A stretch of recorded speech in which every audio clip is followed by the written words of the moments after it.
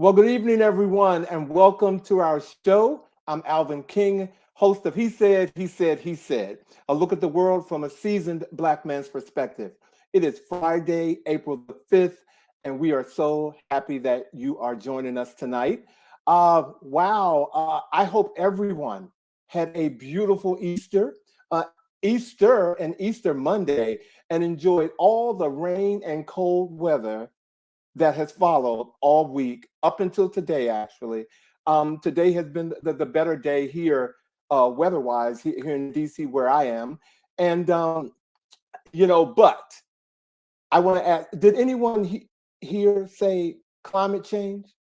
Did anyone? Climate change. Listen, you all, climate change is the single biggest health threat facing humanity. And it is not a conspiracy. That I'm not trying to drive anything like that. Just look around you. Look at what's happening. 2 days ago, Taiwan's biggest earthquake in at least 25 years killed 9 people and injured more than 900, while 50 workers traveling in a minibus to a hotel in a national park are still missing from all of that. Um, buildings are tilted. I don't have any pictures to show you all, but I'm sure you all have seen that a 7.2 magnitude quake struck just offshore at about 8 a.m. in Taiwan, ladies and gentlemen. And if your mouths wasn't open from that, today in New York City, a 4.8 magnitude earthquake rattled buildings across parts of the Northeast this morning, according to the U.S. Geological Survey, with tremors that were felt from Washington, D.C. to New York to Maine. It was the third largest earthquake recorded in the area in the last 5 decades and the strongest in New Jersey in more than 240 years. This rare quake was felt by millions of people across hundreds of miles, disrupting work and life, school life. Today, it was just crazy. Again, listen, climate change is real. And while I'm saying climate change is real, Monday on April 8th, there's going to be an eclipse. And they're advertising it like, this is a major treat for all of you. For 4 minutes, all of you will be looking up at a sun or moon or whatever they call it, putting your eyes in grave danger. Okay, you all look, listen. Climate change is actually one of Vosh's, things that he is so passionate about, and so I know he's going to come on here listening to all me talk about this. But climate change is real. Look at what's happening. Do whatever you can do, because earthquakes are pretty rare where we are. All right, I need to change the subject. For those of you who are Shaka Khan fans, you may not have known this, but I thought this just struck me really funny. Shaka Khan has released a new fragrance called Shaka by Shaka Khan. And what struck me was the words or the advertisement to sell the product. It said, experience the uplifting power of this new fragrance inspired by legendary singer Shaka Khan, crafted to elevate your spirit and bring out the best within you. The scent captures the essence of Shaka's soulful energy and magnetic musical presence. I want to know, if you put it on, will it help you to be on time? Because those of you who are Shaka Khan fans, other than Lauryn Hill, and Madonna, Shaka Khan has to be one of the artists that is continuously late for any concert that she does. But congratulations, Shaka Khan. You have released a new perfume. And for those of you who like Shaka Khan, go ahead and get it. Also in April, there are a lot of things going on. It is Jazz Appreciation Month this month in April, and it is also Autism Awareness Month this month, and it is also Stress Awareness Month this month in April. And who knew? But April is also National Poetry Month. And in honor of National Poetry Month, we are thrilled to open April with our special guest, Jerome Braggs, the author of Only Feed Me Life. He's here. Jerome uses the perspective that poetry is medicine too. And ladies and gentlemen, I've been saying it backstage. You all, first of all, go to Amazon and get this book.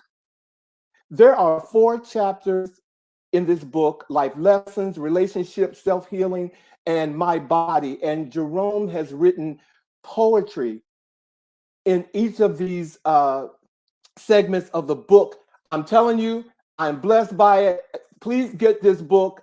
But we're going to talk to Jerome tonight, and I'm sure you're going to be blessed by that as well. And before I bring on the guys, we thought we would do something different for National Poetry Month. And so for each episode, every Friday throughout the month of April, one of us will read a poem or a haiku and tell you why we have selected, that as our choice to present to you tonight. So we have a full show tonight. We cannot wait to share with you. We're glad you're here. And if you're ready, let's get on with the chat.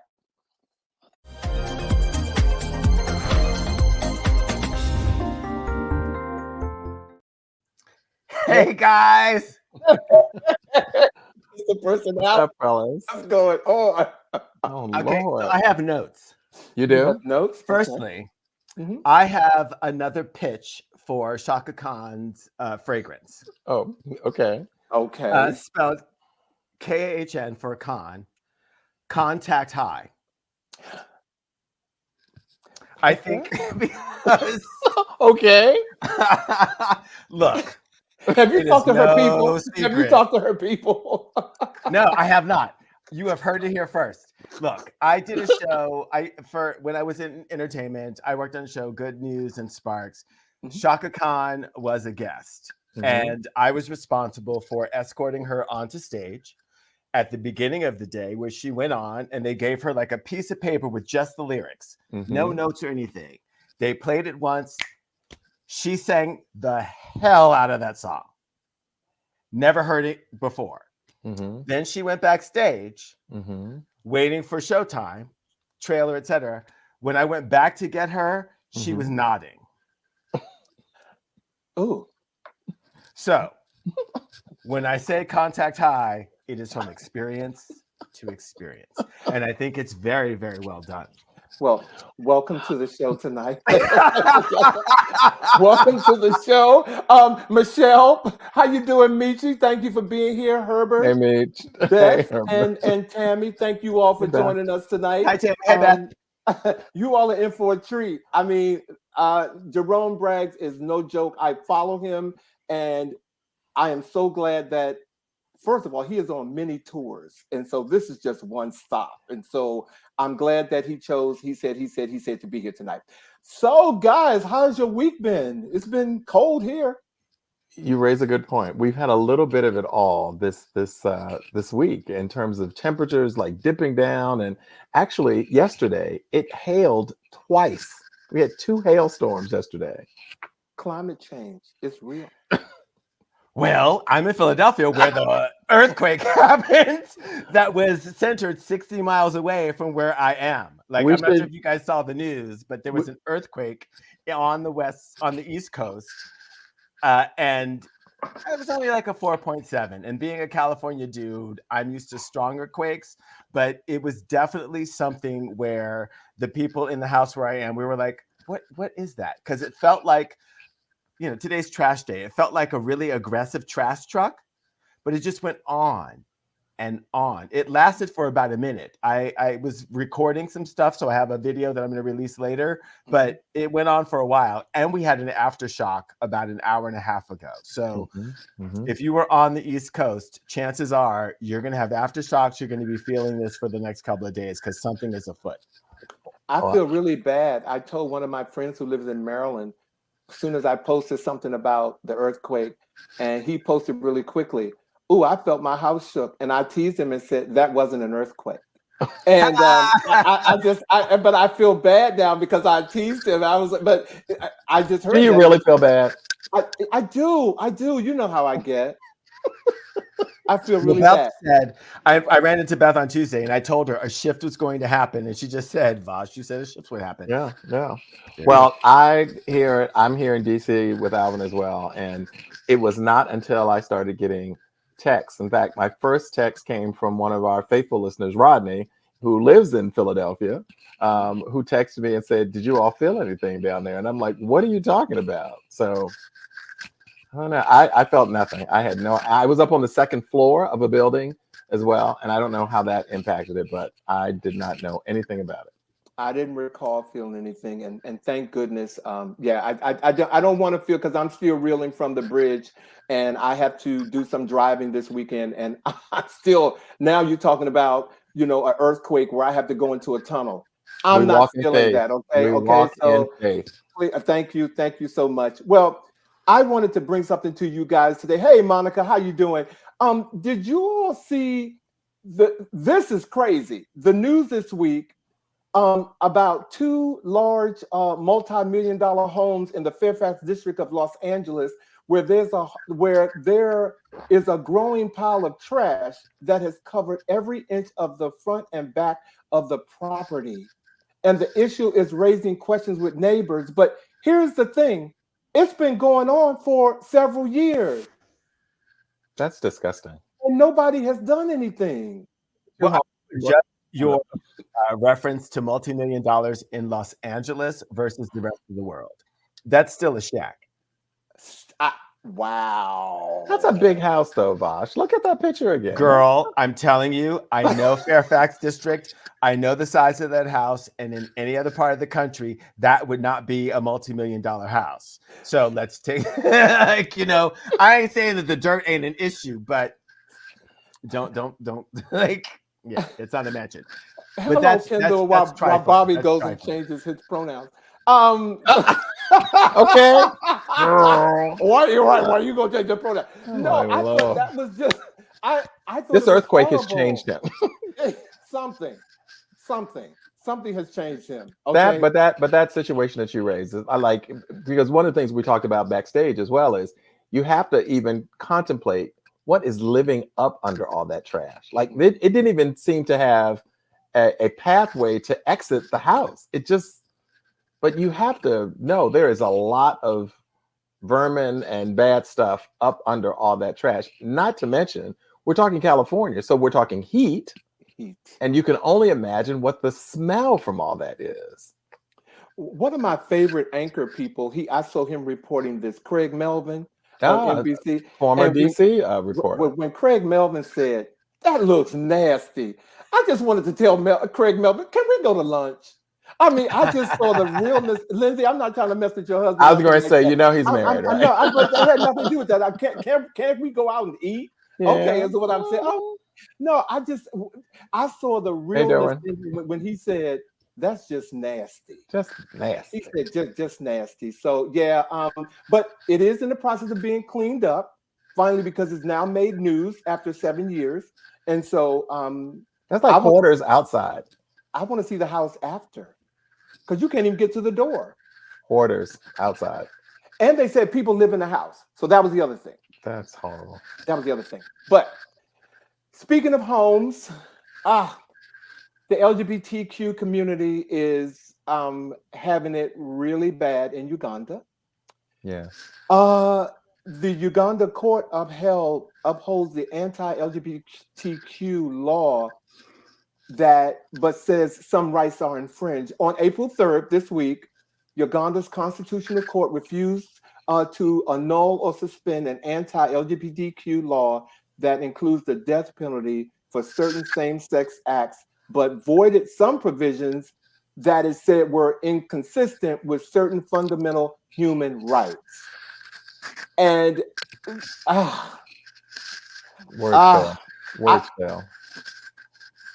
You think that Americans have it bad because the LGBTQ community and transgender people and drag queens and just being gay, we're under attack here. Can you imagine what it's like there?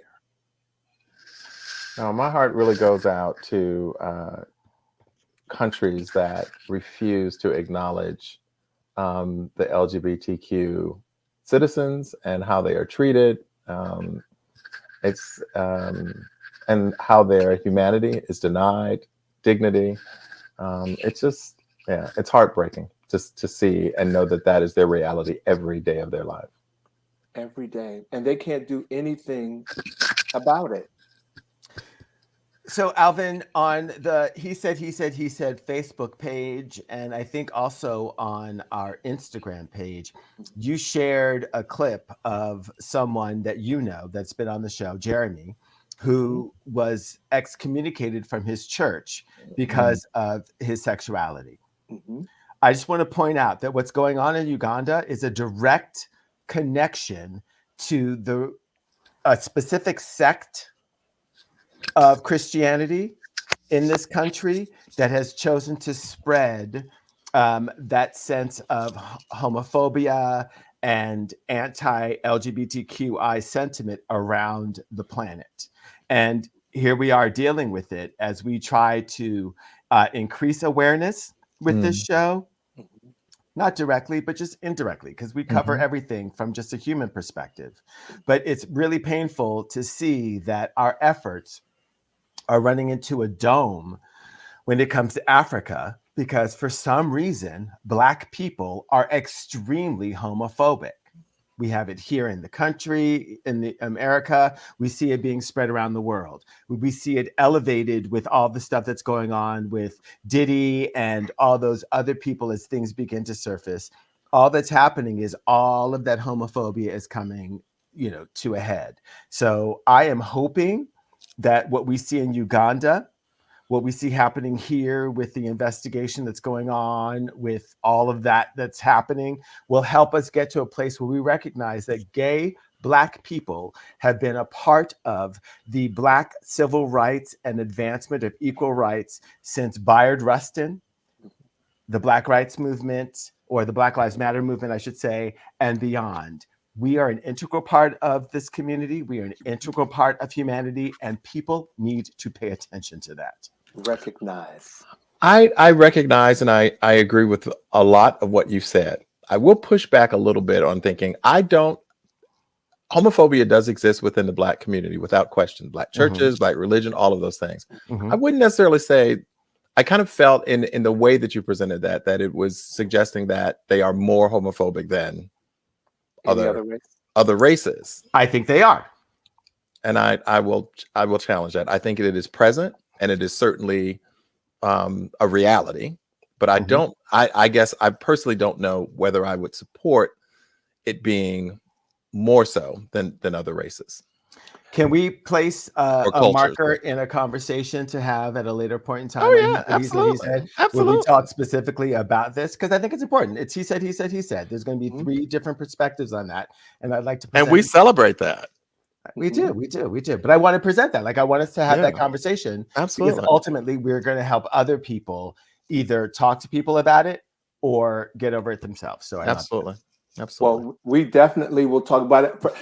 We have a surprise for some of you who have just tuned in. Hi, Kendall. Hi, Derwin. Hey, JJ. Hey, everybody. Hi to us.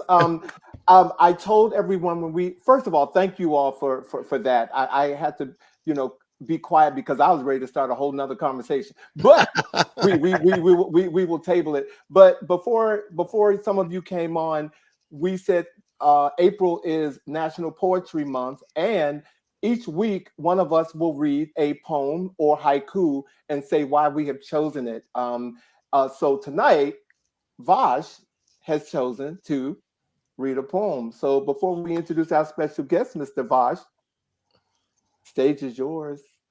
Look at him looking all zen right now. He's been out the box. Everybody listening, including Bobby.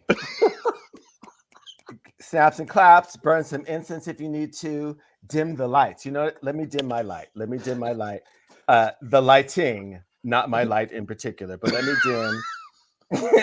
me dim the light a little bit, just so I can make sure that we are here in the right space. You're creating mood. It's only an hour show, boo. Oh my God. It's a very short poem. So, back after I had dated someone, I was in a car in San Francisco, and I just happened to see this person.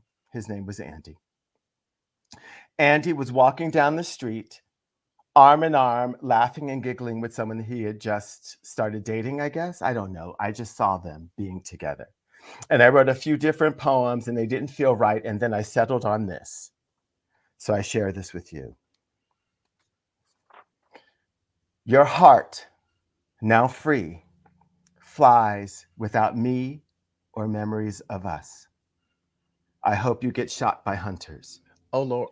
Thank you. Ladies and gentlemen, in honor of National Poetry Month. Don't say you didn't feel it. Don't say you didn't feel it. What? Don't say you didn't feel it. Turn that light. Turn the light back on in that room. Who is that? How you doing, Darren and Rodney?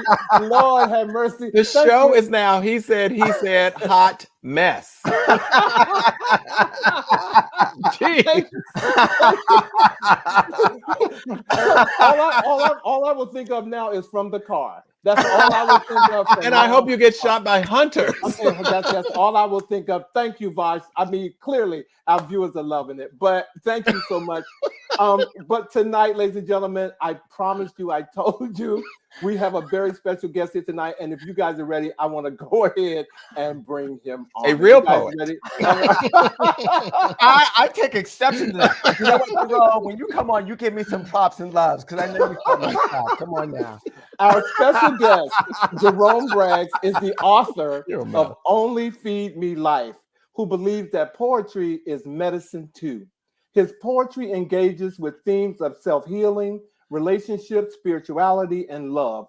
Jerome shares his poems and writings with the world in an effort to create written, audible spaces for transformation and healing through self-love. His writings and live performances have touched thousands, including me, and been featured in spaces around the world. When Jerome is not writing, he is working as a medical intuitive, hosting live workshops, sacred retreats, offering online courses, and working one-on-one with private clients, all teaching how to heal ourselves through practice of self-love. But tonight, he is here to talk about his new book, Only Give Me Life. Ladies and gentlemen, please welcome to our stage, Jerome Braggs. Yes. Thank you. Hey, Jerome. Thank you for being here. Thank you. As you can see, we need you. So as you can Haters. I thought the poem was cute. Oh, he endorsed it. Jerome, you are such a sweetheart. You are such a sweetheart. Well, we got to use every minute that we have with you tonight because, again, I said to them, I follow you. And from the moment your book came out and I saw the title, I was like, he has to get on this show. And I hadn't even gotten the book yet, but I am touched by it. So I'm going to kick off the first question with you. And I'm the guy who always like to get a little personal. So, okay. I'm that dude. So, Jerome, in your bio, I want to talk about little Jerome for a minute. Okay. In your bio, you mentioned that you grew up in a household where both of your parents were twins. Why is that significant, and what was that like? Yeah, so one, is very unique. You know, most people don't grow up. Most people don't have a parent that's twin is unique, but to have both of your parents be twins is very unique. I think it was actually going a little deeper. I think me having that experience was part of my soul purpose. I think because not only are they both twins, they're both left-handed, and I am neither. And I had an experience through that. I loved them. It was like I had I had two sets of parents. I had two mothers and two fathers. But it also was an experience for me of really learning that I'm different. And it took me many years. This is kind of like my life lesson, really, to know that I am different. I'm different than in most spaces I move in. I'm different. And to embrace that difference, to not only embrace it, but express it and use it and build my life around it. It took me many years to learn that. But I think when people ask me about that experience, for me, it was it was a lot of love. It was a lot of fun, but it was also to understand, you know, I'm different. I'm not just not a twin. I was the only child. I was also not left-handed. but that I will be very different from the people in my environments, and how to embrace my own uniqueness and express it in the world and hold no shame around it. And that came at you at a young age. I mean, I'm saying, well, you're an only child, so you were with yourself a lot to, to embrace all of that, is what I'm saying. Yeah, I'd say it took me years to embrace it, but the awareness that I was different started very early on. Just even with that, it was kind of one of the first things that, I'm very different from most people, and I have a different experience. And then as I grew throughout my childhood and into my adulthood, I began to see all the different ways I was, and the different challenges that arose for me around that. Right. Okay. Yeah. Wow, Jerome, your bio certainly reflects the fact that you are a very creative person, and that in addition to being a writer, that you are also a singer. And you've had an opportunity to sing with some well-known names. We would love to hear a little bit more about your singing and what genre of music you sing in, and if there are a couple of names you'd like to share with us that you've had the opportunity of performing. Okay, you want me to name drop? All right. Well, it's only just us. Don't worry, just us. Yeah, singing was one of my deep loves. I have many loves. I'd say passions, meaning the things that literally feed my soul, that make my soul well nourished and make it grow. Singing is one of those things. Ever since I was a young kid, I've been singing. And yeah, I went to college on, a singing scholarship, and was able to travel the world singing. Is that a college any of us might be familiar with? Yeah, I went to Morehouse College, so I was part of the house. Yes, indeed. So singing is very dear to me. It was also, I talk about poetry as medicine, but I used singing as medicine when I was a young kid, and I was going through a lot of the issues and challenges around being different. I'd go somewhere and hide myself and sing to myself. And that was the soothing and the medicine that I would use. So singing was very important to me. I sing all types of things now. I'm classically trained, but I started in R&B. I do love jazz and standards. Thinking about actually one of my next projects, maybe to put out an album of that somehow. But I've sung, in the gospel world. I used to sing background for Derek Coley, Vanessa Bell Armstrong. I'm forgetting some people. I'll leave it there because I'm forgetting some people. I don't want to upset some people. Well, both of those are singers, not singers. Both of those two. Those are singers, those right? Are singers. And I've done. I've shared the stage. I did a benefit concert that Elton John and Mariah Carey did for the AIDS several years ago. I was at one time working with, I worked with Patrice Rushen after she heard me sing. She was going to write a song for me. But I was in my early 20s in college, and I did not do what I was supposed to do. So she stepped back from that. So she said, "Forget me not." She said, "Forget me not," right? And so actually, she said, "Forget me." Yeah, exactly. I've sung with some opera companies, Cimarron Opera Company. I did some things with the Atlanta Opera Company back when I was in school. But yeah, singing was very, very salient to who I am. Thank you. Well, since no one's going to ask you, I'm going to invite you to sing at any point during the course of this show. Even as I'm about to ask you this question, if something is in your heart, I want you to let it out. Otherwise, you will be shot by hunters. I was going to say, otherwise he's going to send hunters to look for him. We see how he's rolling tonight. Hey, I'll wait till the end before I head out, just in case. Because I haven't warmed up, I'm not ready. So if it's terrible, I could just go off screen and be through. Look, I will be your backup dancer. I will stand up and do whatever I need to do. But look, this is a safe space for all who come here. So you do what you need to do. Okay. I do have a question, because you've written so much poetry, and so many people think that songs are either poetry or monologues. Have you ever written a poem that has become a song? And if not, is there one that you have that you would love to have be a song? Great question. I struggled with actually writing songs early on. I really did, for some reason, because I think my poetry when I was younger, in my early years, especially when I was in my childhood and in my teens and my early 20s, I wrote poetry was always medicine for me, but I wrote it from it was how I got my pain out of my body, how I gave the pain another space to live instead of in my heart. And so it wasn't so, I don't know. I had a hard time like making it more lyrical in the for music.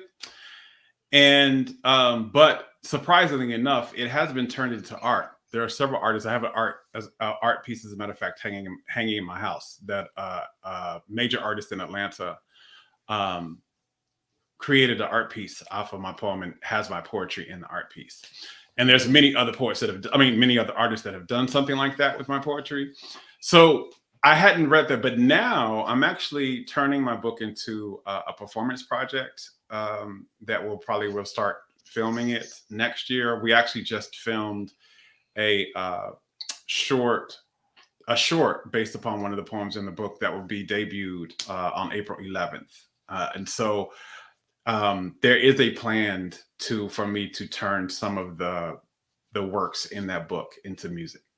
Will you come back and share where you are and what you've done before you release it? Because we would love to be a part of that expert. Yeah. I would absolutely do that. We're not actually working quite so much on it yet, but next year when we start to really get into it and it's in its phases, I would love to do that. We're planning way in advance, so you are right on time. Definitely bookmark. Yes, you are. But before we leave that, I also want to say, you say that you have performed with Elton John, and I just recently was a part of a major event here with Elton John. So I wanted to remind people that tomorrow on April the 8th on PBS, please watch the show. It is the Library of Congress Gershwin Awards, and where we honored Elton John and Bernie Taupin, and there's a host of artists that performed for him. So I just need to get that in. We talked about it previously on the show, but since you mentioned Elton John, I had to get that in. Jerome, yes. In addition to being a writer, author, and a poet, you are also a medical intuitive. Mm-hmm. What is a medical intuitive, and who would benefit from seeking your services? Yeah, so there's a classic definition of what it is, and then there's my experience of what it is, because my gift is slightly different. So the classic definition of what a medical intuitive is somebody who can read energy, particularly the energy of the body. And through their gift of being able to read the energy of the body, they are able to detect illness and disease, and often help people heal themselves based upon what they detect. Usually, the classic medical intuitives will work more with either nutrition, or they will work with like what type of medical treatments you need to seek, etc. My gift is different. I can sense the energy of the body. I can sense the energy of the entire person, not just the body. But I can tell exactly what the root cause is, because my full understanding and belief through not only my own journey, but my work with people all around the world, is everything starts from the energy. No matter what it is, there is an energetic root cause. And you can do all the green juices and all the raw vegan diets and all the medicine and herbal treatments, but until you address that root, you don't truly heal. And so I can see what the real root cause is, meaning the energy that you're holding, the consciousness that you're holding that is contributing to that energy. And my work with people is to help them address the root so that they heal themselves. And I've helped people heal themselves from all manner of diseases across the world. So the person that would benefit from me is somebody who is open to deeper work, really going deep into who you are, your way of being, your thought processes, your beliefs, mainly your shames and your fears that you've been holding for a very long time, and doing work to really change your entire way of being, your belief system, your behaviors, your way of living, so that it uplifts you, it nourishes your soul, it expresses your soul, and it allows you to fulfill your purpose.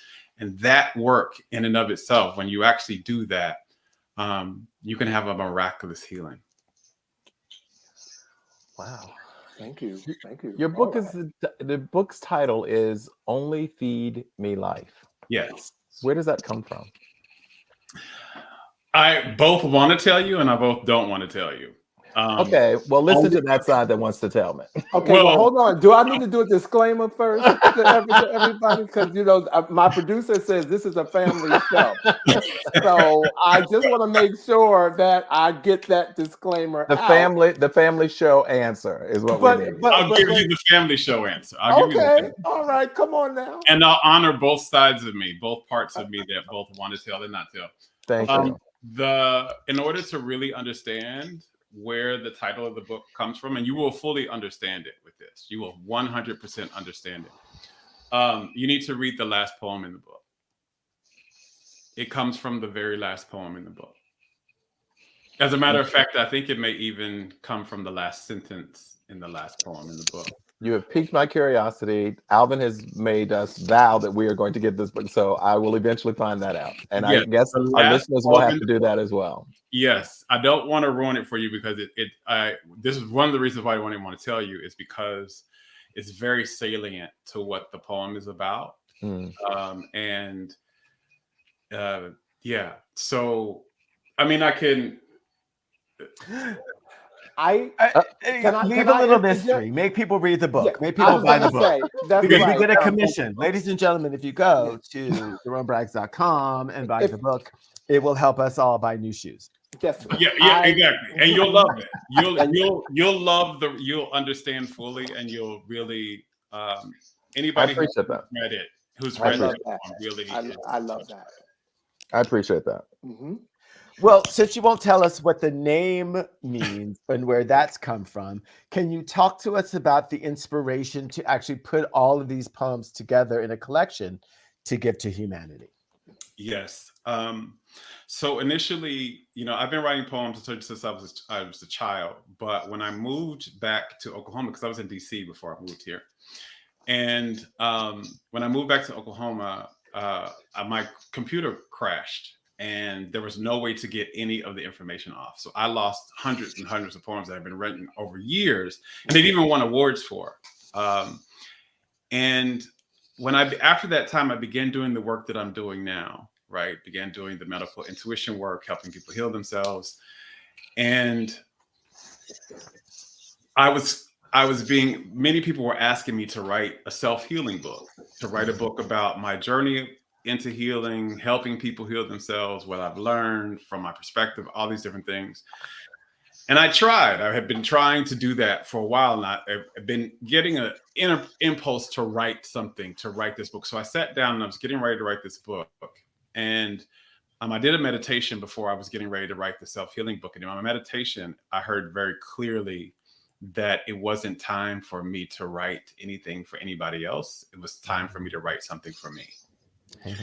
And for my own healing.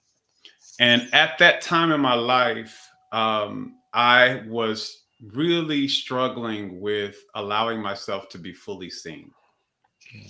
All of my areas of my being, everything that I believed, that I was challenged with, who I was, what was really real about myself. There were parts of myself that were very public, very vulnerable, very being seen, but there were other parts that were still not fully expressed in the light. And so I knew that the voice said that it needed to be something, and it needed to be something that fed me deeply. And I reconnected to my love for poetry. I'm going to write a poetry book. And I had written a few poems and shared them on social media the years before that.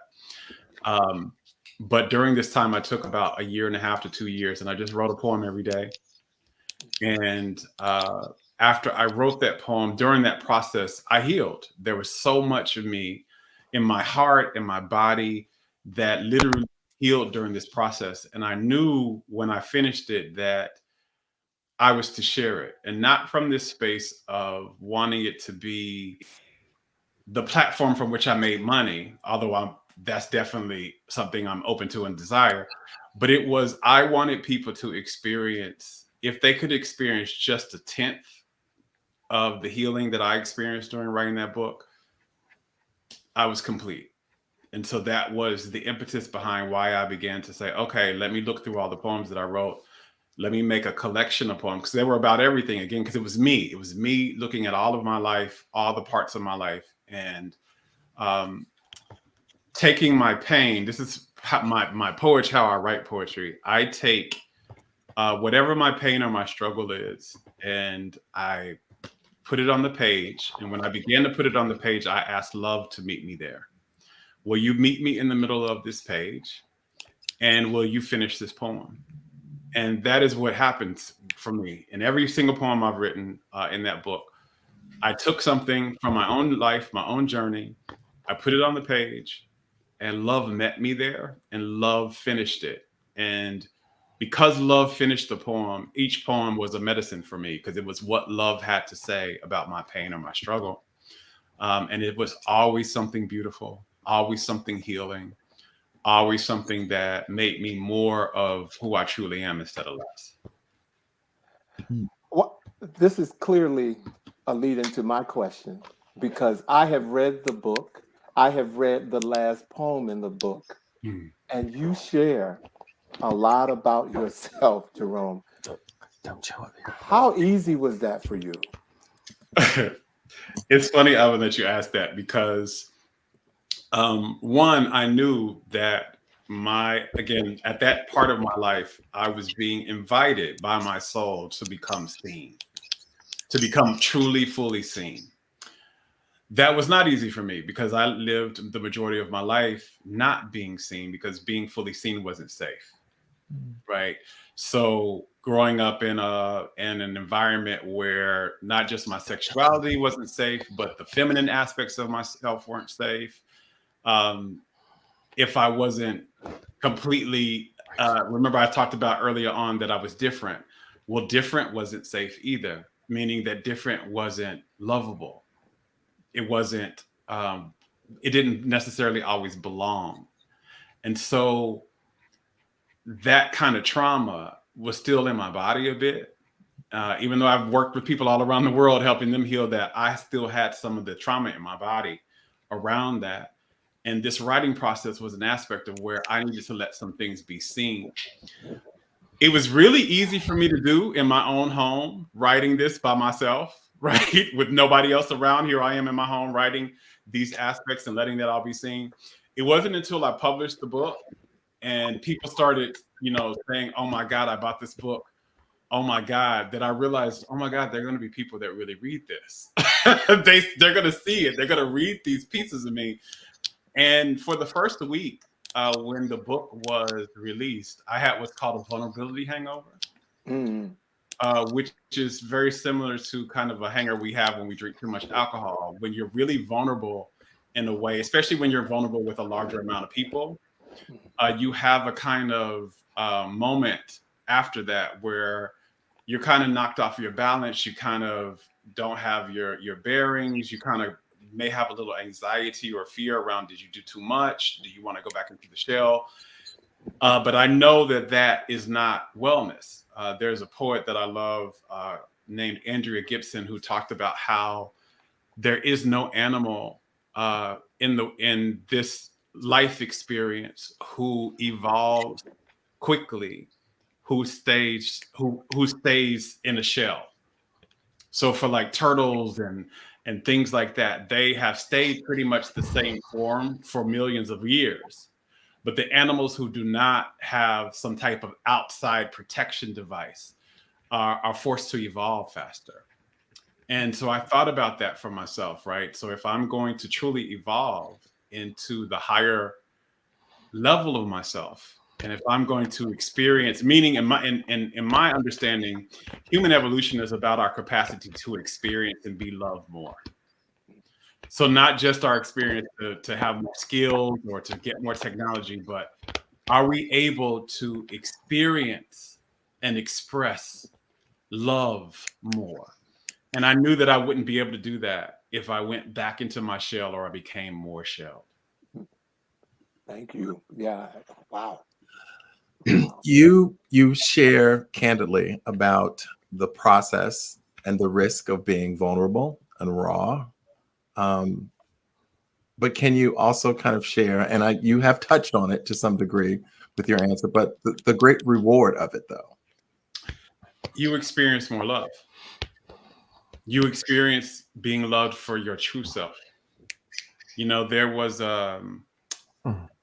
is no, what our fears tells us is you will lose love if they find this part out about us, the part that we believe is ugly, unlovable, unwelcomed, will not belong. But what you find out, the more vulnerable you become. And, you know, vulnerability is literally the practice of allowing yourself to be so seen and so raw that you could be hurt by it. But what you find out, and what I found out, is that the more vulnerable I've become, the more safe I've become, and the more loved I've become. And you look back and you think about all those years you missed out on the depths of love that is actually available for you in ways you could have never imagined. When you become vulnerable, when you allow yourself to really, truly be seen and to be known. And that is that I lived a life of protection, protecting myself from being fully seen and fully known, because that brought rejection in my early years. That brought, it brought shame, it brought abandonment in my early years. And that led me to believe that that is always the case, and that vulnerability and transparency and rawness leads to rejection, abandonment, and loss. But what I found is the more vulnerable I become, there have been some rejection, but it's not a rejection I actually care about. And there has been loss, but that loss has always made room for me to receive even more. And so I have been, the more vulnerable I become, the happier I've become, the more loved I've become, and the healthier I've become. So the risk is great, but so too is the reward. The reward exponentially outweighs the risk. There is pain. I will say this: vulnerability brings pain, but it doesn't bring suffering. There's a difference between the two. Hiding, suppressing, moving away from your authentic self brings suffering every time. It only brings suffering. It brings pain and suffering. Pain is necessary for growth. That's why we call them growing pains. They're small, and the pain is temporary. But suffering can be chronic, and it does not lead to growth. It leads to diminishment. And so it far outweighs whatever the risk is. You may experience pain, but you won't experience suffering. You'll experience joy and you'll experience love. And you'll find that that was well worth whatever the risk was. Thank you for making that distinguishment. Maurice Scott said that was a sermon right there. Okay, and I felt it. I felt it. Let me say hello to you, Maurice. I haven't said hello to you. Hello to my nephew, Timmy, Darren, and Carl. Thank you all for being here tonight. Thank you so much. I appreciate it. Thank you. Good evening, everyone.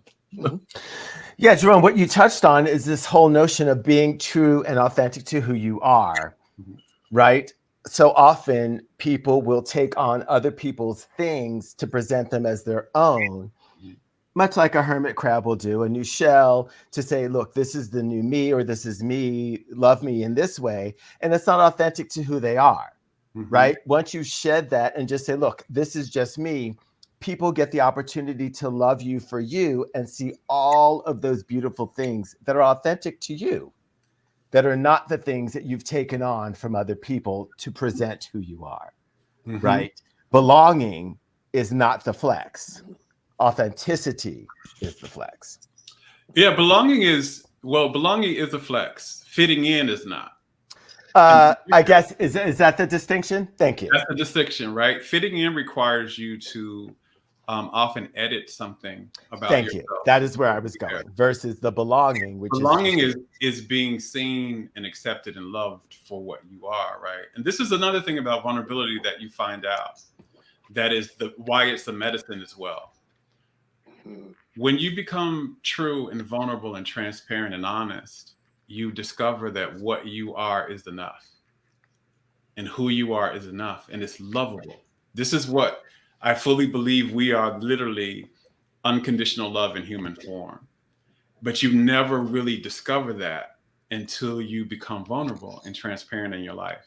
And then you know that no matter what I am, no matter how I look or don't look, what I have or don't have, how I sound or don't sound, how thin or fat or whatever it is, this is enough. And I am loved and lovable. And the vulnerability is a byproduct of that confidence to just say, this is who I am. That vulnerability comes along with it. It's that boldness to be able to just say, this is enough. I'm sick of the shreds.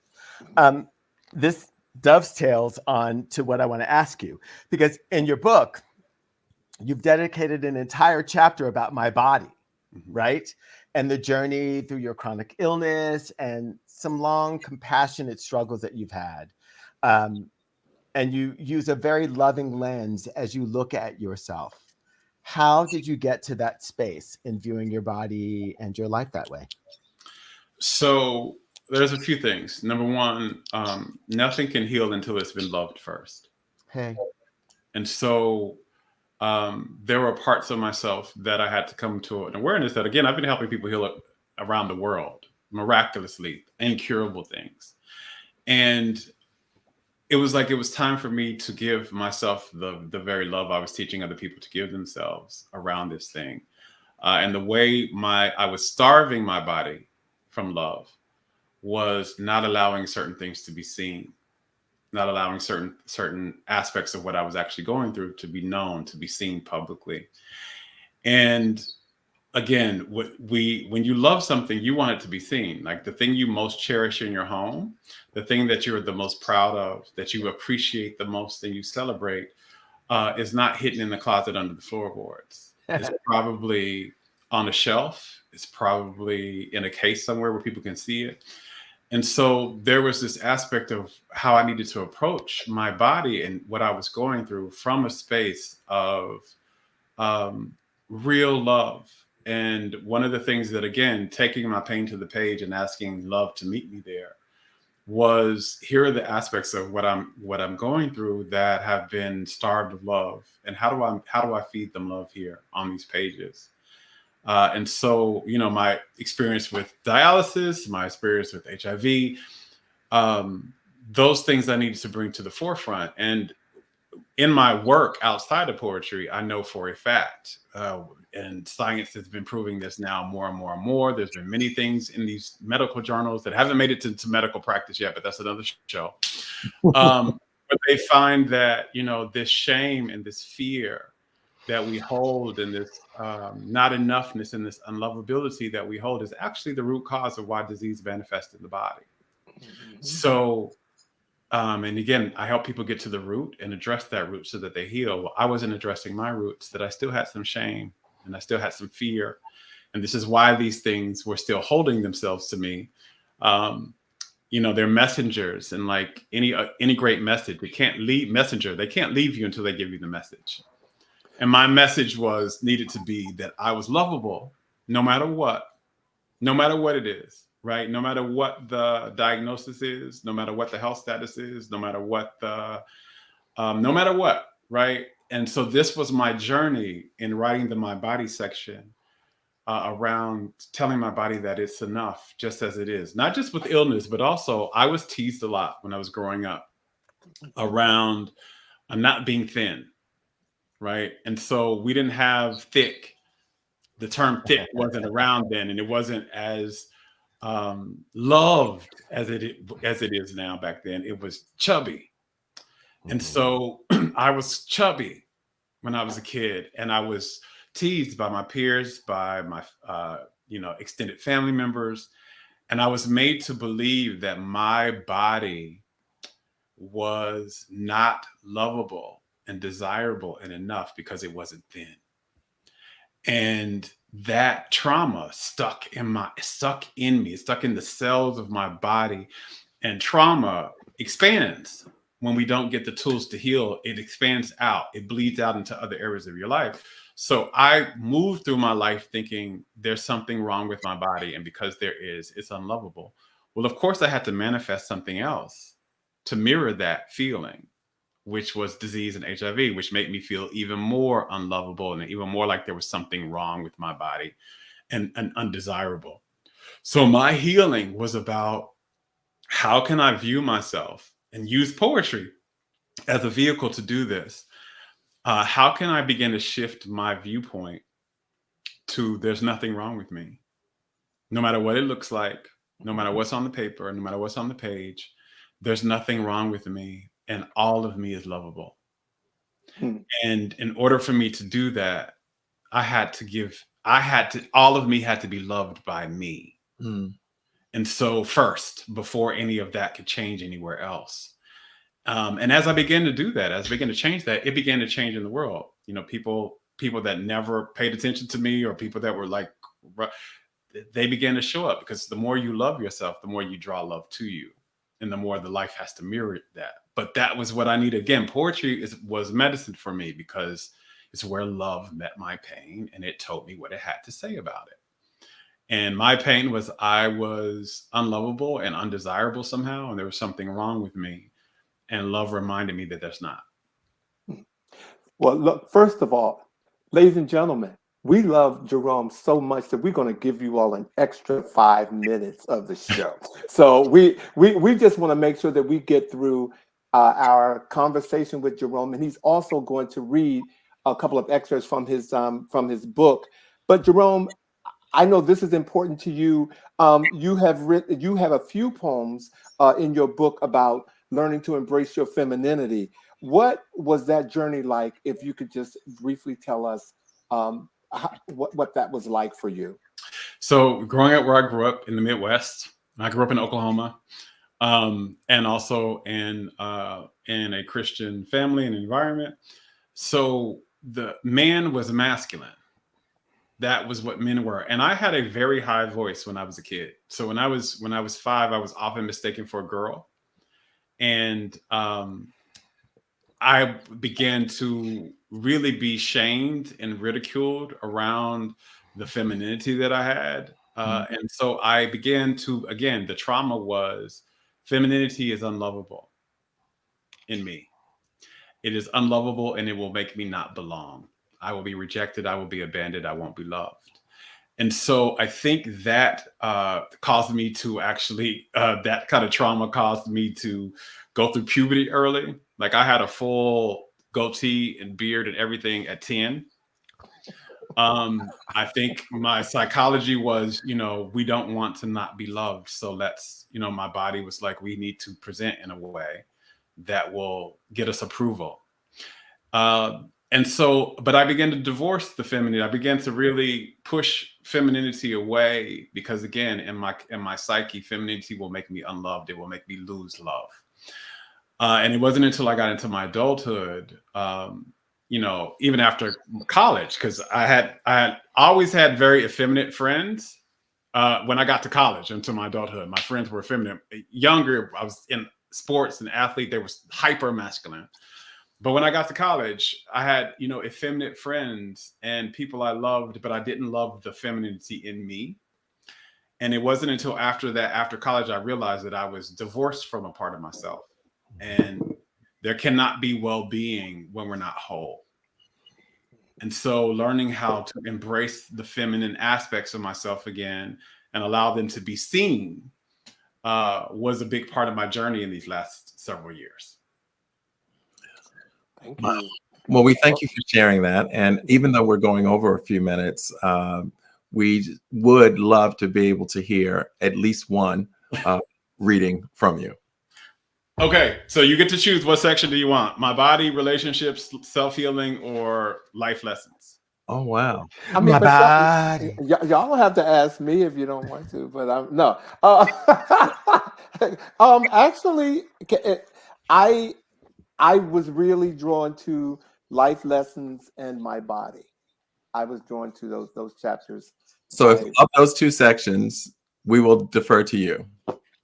Okay.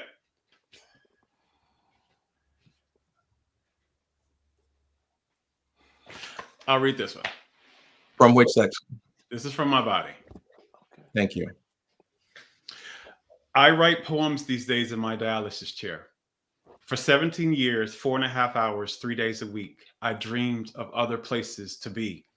Sitting in a movie theater chair, maybe, eating popcorn, sipping a large fruit punch flavored sparkling water while my eyes ingested the storyline that made me feel the world was safe and only wonder would find me in my future.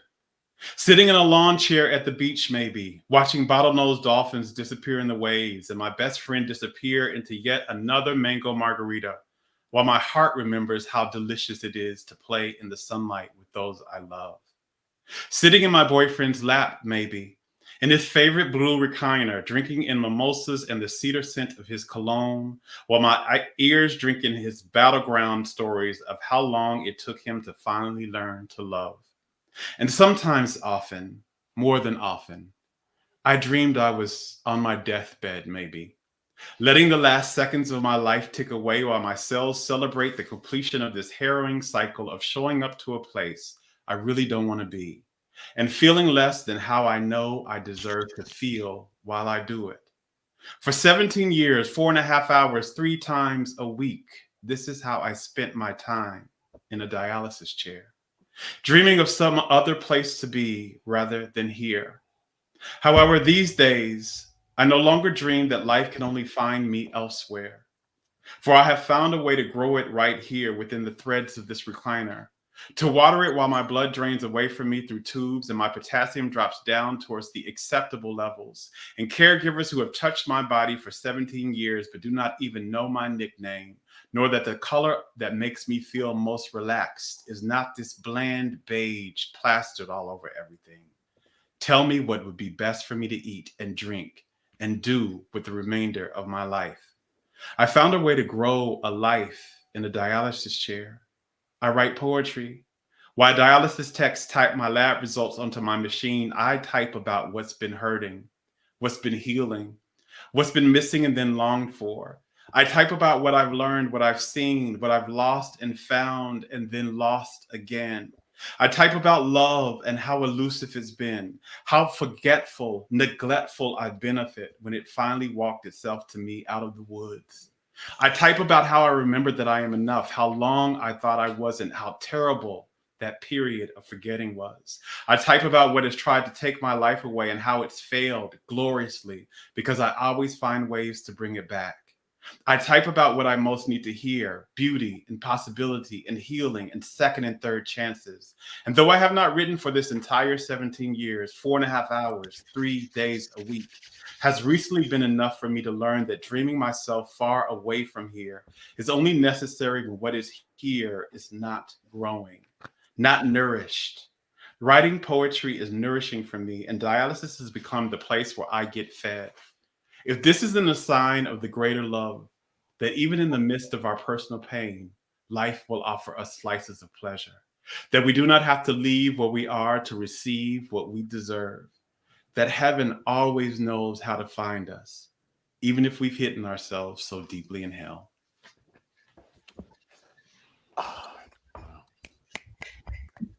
There are no hunters, but that was really beautiful.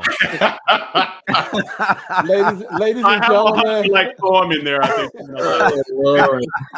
I've urged everybody to run, not walk, to Amazon. Order this book. Order Jerome's book, Yes. Only Feed Me Life. It is simply fantastic. Thank you for sharing that with us, Jerome. And Jerome, you've also, because of you being on the show and what you've been saying, our viewers, I just want to read a couple of the comments that they have just been crazy here. Carl Cox says, I went most of my life thinking I wasn't lovable despite the evidence presented to me. thought I'd be lovable only if I did this or that, acted this way or another. I didn't love me as I was, so I couldn't believe the love being given me so freely. Thank you, Carl. And Maurice wrote, Jerome was a great resources during that time. We were in the same dialysis facility at the same time. Oh, wow. Jerome. And they sent yes. Thank you. You have fed us this evening, clearly. You have fed us, and I'm just going to go ahead and close the show out with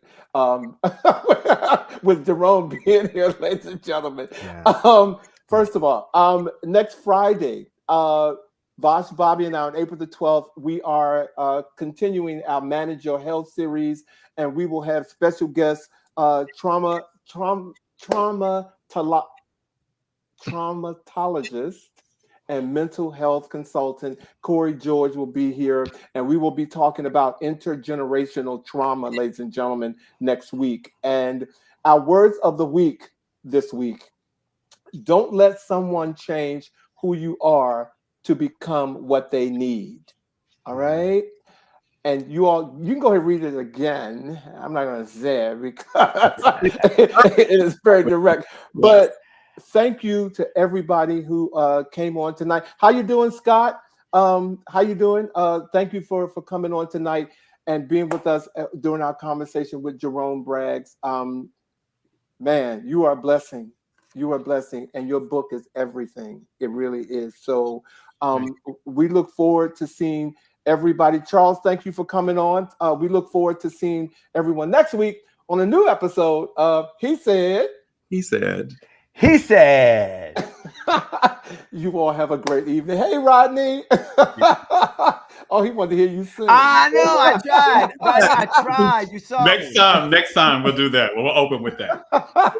Thank you, guys. Have a good weekend. Thanks for tuning in, everyone.